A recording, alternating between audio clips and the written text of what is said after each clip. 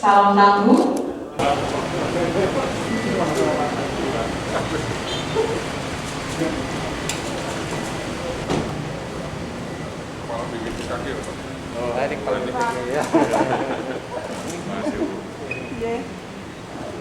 Untuk melihat perkembangan, untuk mengetahui dan mendapatkan informasi kira-kira letusan yang berpotensi itu arahnya kemana dan kira-kira berapa dampaknya. Ini yang perlu kita ketahui.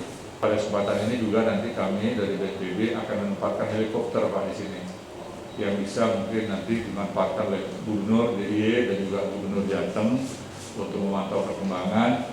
Kami titipkan kepada TNI, nanti akan diatur oleh TNI, termasuk juga mungkin pada saat Gubernur akan melakukan peninjauan, mungkin juga bisa diikuti oleh tim dari jajaran Badan Geologi. Satu kesempatan yang luar biasa di mana kita itu bisa belajar secara langsung dalam periode yang sangat yang relatif pendek kalau umur geologi ya, itu dengan erupsi yang sangat berbeda. Terus kemudian ini hiposenternya Pak, jadi kegempaannya ada di mana pusatnya? Ini, terus kemudian ini jumlah kegempaannya. Kemudian kalau di sini ada deformasinya, jadi pada saat pembumbungan gunung seperti apa? Ini yang bawah ini adalah gasnya, jadi gas. Dari teknik dikomunikasikan dengan cara ini, cara yang awam gampang membaca. Kalau kayak gini, saya aja insinyur masih sulit. Baik Pak. Jadi mungkin tadi tidak dijelaskan oleh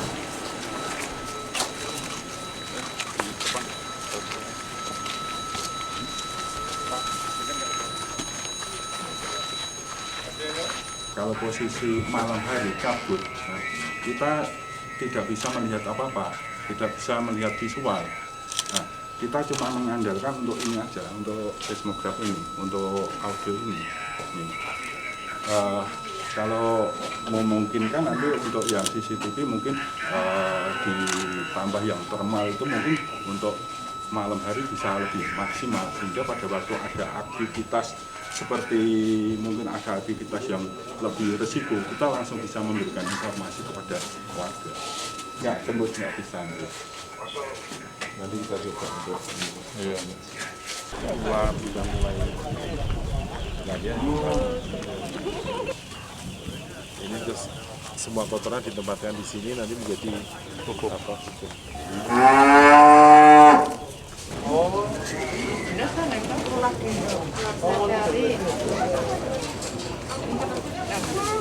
Jadi untuk maka poskonya kita bagi tiga, posko nilai posko lapangan, posko kecamatan sebagai supporting, posko induk di kabupaten. Ya, aktivitasnya lebih baik. Makannya gimana? Makannya sehari bisa dapat berapa kali makan? Enak nggak? Apa aja lauknya? Telur, tahu, tempe, kerupuk, sayuran. Yang masak siapa? Masak relawan RT. RT. Gilir, ya. Giliran ya. Ya. Terima kasih sekali. Ini bantuan untuk peralatan Merapi yang berhubungan dengan COVID.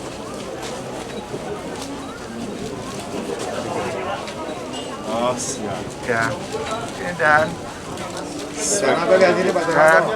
Kunjungan hari ini bersama dengan rombongan dari BNPB untuk melihat kesiapan dari pemerintah pusat maupun juga pemerintah daerah. Yang pertama tadi kami meninjau BPP TKG yang menjelaskan tentang kemampuan untuk mengikuti perkembangan detik demi detik, menit demi menit, jam demi jam, selama 24 jam perkembangan Gunung Merapi.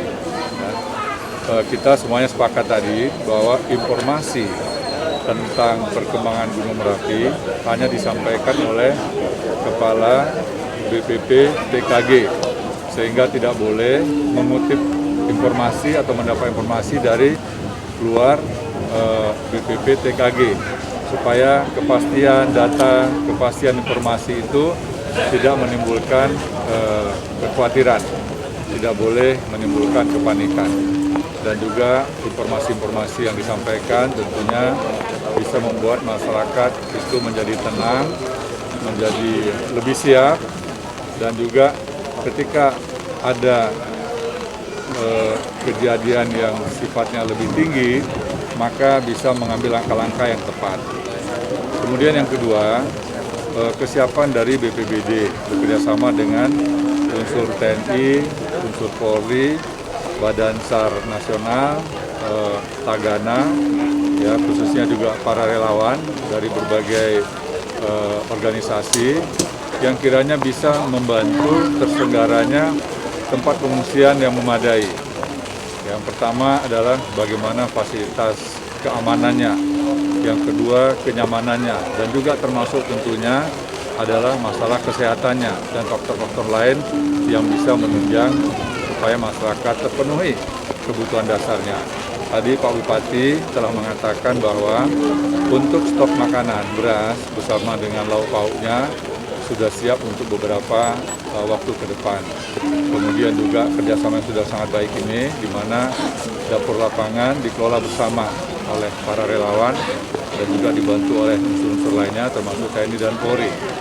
Kemudian juga manajemen atau pengelolaan SOP dalam tempat pengungsian ini harus dipastikan bisa membuat sistem keamanan untuk menghadapi COVID.